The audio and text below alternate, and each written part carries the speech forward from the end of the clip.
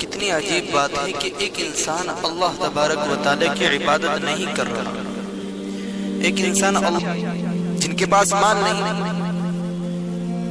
یہ بات سو ظاہر سی ہے کہ ایک انسان کے پاس مال ہے, اس کے پاس مال ہے, زکوٰۃ دے سکتا ہے, لیکن پھر کیوں کہہ رہا ہے کہ مجھے اللہ توفیق دے؟ توفیق ایسے انسان کو مانگنی چاہیے جس کے پاس مال نہیں ہے کہ اللہ توفیق دے, میرے پاس مال آئے میں زکوٰۃ دوں. ایک انسان ہے, مسجد آ سکتا ہے, نمازیں پڑھ سکتا ہے, اللہ کی عبادت کر سکتا ہے, لیکن یہ انسان اللہ کی توفیق مانگ رہا ہے. او بھائی, تجھے رب نے توفیق دی ہے, تو نمازیں پڑھ سکتا ہے. توفیق اس انسان کو مانگنی چاہیے جو مجبور ہو, بیمار ہو, لاچار ہو, اس کے اعضاء کام نہیں کر رہے ہو, اس کی تندرستی نہ ہو, یہ مسجد تک نہ آ سکتا ہو, یہ کسی بھی طرح نماز نہیں پڑھ سکتا ہو, اس انسان کو توفیق مانگنی چاہیے. تو ہم توفیق کو سمجھیں کہ توفیق رب کی توفیق کیا ہوتی ہے. جو انسان نماز پڑھ سکتا ہے اسے رب کی توفیق ملی ہوئی ہے. یہ تو بس ہماری بات ہے, یہ ہمارا نفس ہے جو ہمارے ساتھ شیطان لگا ہوا ہے, بس ہم اس کے بہکاوے میں آ جاتے ہیں, تبھی تو ہمارے اوپر یہ بوجھ پڑتی ہے اللہ کی عبادت. اگر ہم اس کو پٹخی دے دیں, ہم سستی محسوس نہ کریں, ہم اپنے کاموں کو چھوڑیں, ہم شیطان کا ساتھ دینا چھوڑیں, ہم اللہ کی عبادت کی طرف بڑھیں, اللہ کی طرف بڑھیں, تو ہمارے اندر خود بخود اللہ کی عبادت کا شوق پیدا ہو جائے گا, ہم اللہ کی عبادت کر سکتے ہیں. اس لیے بھائیو, رب نے ہمیں توفیق دی ہے. ایک انسان صحیح سالم ہے, وہ مسجد آ سکتا ہے تو اسے رب کی توفیق ملی ہوئی ہے. اسے یہ نہ کہے کہ رب مجھے توفیق دے, میں نمازیں پڑھوں. اللہ نے تجھے توفیق دی ہے, تو مسجد تک آ, نمازیں پڑھ. میرے رب نے دونوں باتوں کو صاف کیا ہے. ایک طرف رب نے جنت کو رکھا ہے, ایک طرف جہنم کو رکھا ہے. جنت کے احوال, جنت کی چیزیں, جنت کے اندر ہونے والے موجودہ, جنت کے اندر جو چیزیں پیش آئے گی, جو راحت آرام ملے گا, جو عیش کی زندگی ملے گی, رب نے قرآن میں, نبی نے احادیث میں ان کو بیان کیا ہے. اور جہنم کے اندر جو احوال پیش آئیں گے, جو مصیبتیں پیش آئیں گی, جو رب کی پکڑ پیش آئیں گی, رب نے قرآن میں, نبی نے احادیث میں ان کو بیان کیا ہے. اور ہمارے سامنے دونوں باتوں کو پیش کیا ہے کہ بھائی اب تیری مرضی ہے, رب نے تجھے اختیار دیا ہے, تو دونوں میں سے کسی بھی راستے کو پسند کر. اگر تو چاہتا ہے کہ آخرت میں ہمیشہ کی خوشی محسوس کروں, ہمیشہ خوش رہوں,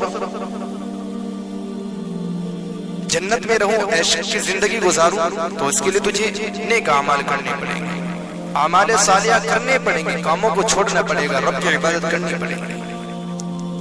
نماز کے وقت نماز کو پڑھنا پڑے گا, کام کو چھوڑنا پڑے گا. دل میں گناہ کا خیال آئے گا تو اس کو نکالنا پڑے گا. ہر چیز بتا رہی ہے کہ ہر چیز ختم ہونے والی ہے. جب رات آتی ہے تو دن کہتا ہے کہ ہر چیز ختم ہونے والی ہے, اور جب دن آتا ہے تو رات یہ بیان کرتی ہے کہ رات بھی ختم ہونے والی ہے. جب انسان بچہ ہوتا ہے, جو اچھے سے وہ جوان ہوتا ہے, تو اس کا بچپنا بھی ختم ہونے والا ہے. وہ جوانی سے بڑھاپے کی طرف جاتا ہے, تو اس کا بڑھاپا یہ بیان کرتا ہے کہ جوانی ختم ہونے والی ہے. دنیا کی ہر چیز ختم ہونے والی ہے.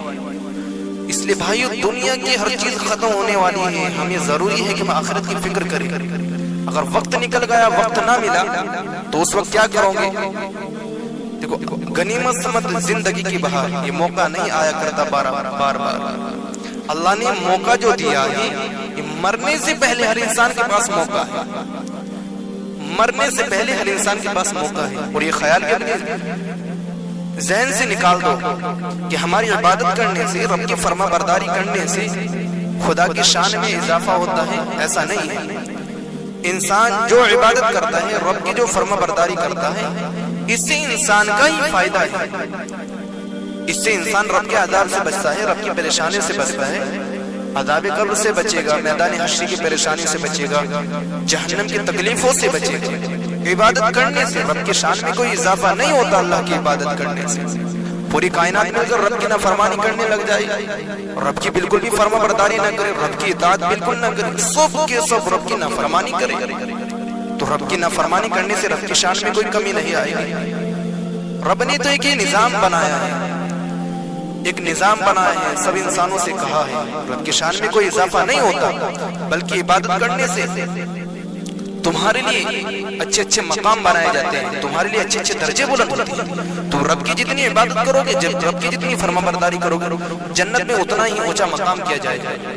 سب انسان کا ایک مقام نہیں ہوگا، جس نے جتنی عبادت کی ہوگی اس کی عبادت کے باقی اس کا مقام ایک جنت میں ہوگا، جس نے زیادہ عبادت کی ہوگی اس کا زیادہ مقام جنت میں ہوگا۔ تو عبادت کرنے سے، رب کی فرما برداری کرنے سے بندوں کا فائدہ ہے، اللہ کا کوئی فائدہ نہیں۔ اور جو عبادت نہیں کرتے اس میں بندوں کا نقصان ہے، انسانوں کا نقصان ہے۔ جہنم میں بڑے بڑے عذاب چکھنے پڑیں گے، بڑی بڑی مصیبتوں کو برداشت کرنے پڑے گا، وہاں بالکل بھی آرام اور سکون نہیں ملے گا۔ تو بھائیو، جو ہمیشہ کا سکون اگر ختم ہو رہا ہو ہماری غلط چلنے سے، تو ان غلط راہوں کو چھوڑ دو۔ ہمارے غلط کام سے رب ناراض ہو رہا ہو، جہنم کے عذاب ہمارے لیے تیار کیے جا رہے ہو، تو ان کاموں کو چھوڑ دو، ان راہوں کو چھوڑ دو۔ ایک ہمیشہ کی زندگی ملے گی، زندگی کے اندر ایک سکون داخل ہوگا، زندگی کے اندر ایک چین داخل ہوگا۔ دیکھو، ایک انسان ہے کہ عبادت نہیں کر رہا ہے، میں پھر اسی بات پہ آتا ہوں، میں آپ کو سمجھاتا ہوں۔ امام غزالی رحمۃ اللہ، بلکہ ان کو اچھا ایک انعام دیتا ہے کمی آنے پر۔ اب اگر یہ ملازم یہ سوچنے لگے اور یہ کہنے لگے کہ ہمارا مالک تو بہت اچھا ہے، یہ ہمیں سزا نہیں دیتا اگر کام میں کوئی کمی ہو جاتی ہے، ہماری تنخواہ نہیں کاٹتا، ملازم یہ سوچنے لگے کہ مالک بہت اچھا ہے، اور اس بات کو سوچتے سوچتے انہی چیزوں کو توڑ دے جن سے اوزار بنائے جاتے ہیں، جن سے برتن بنائے جا رہے ہیں، جن سے سامان بن رہا ہے، انہی چیزوں کو توڑ دے، اور ان چیزوں کو توڑنے کے بعد پھر یہ کہے کہ مالک بہت اچھا ہے، مالک اچھے انعام دے گا۔ تو آپ سوچیں اس بات کو، اس کو مالک جزا دے گا یا سزا دے گا؟ بالکل ظاہر سی بات ہے کہ مالک اس کو جزا نہیں دے گا بلکہ سزا دے گا، کیونکہ اس نے ان چیزوں کو توڑ دیا ہے جن سے سامان بن رہے ہیں۔ تو بالکل یہی باتیں ہمارے اوپر فٹ ہوتی ہیں۔ ہم اگر گزارنا ہر انسان کے لیے ضروری ہے، اگر یہ دنیا میں بھی اور آخرت میں بھی اللہ کی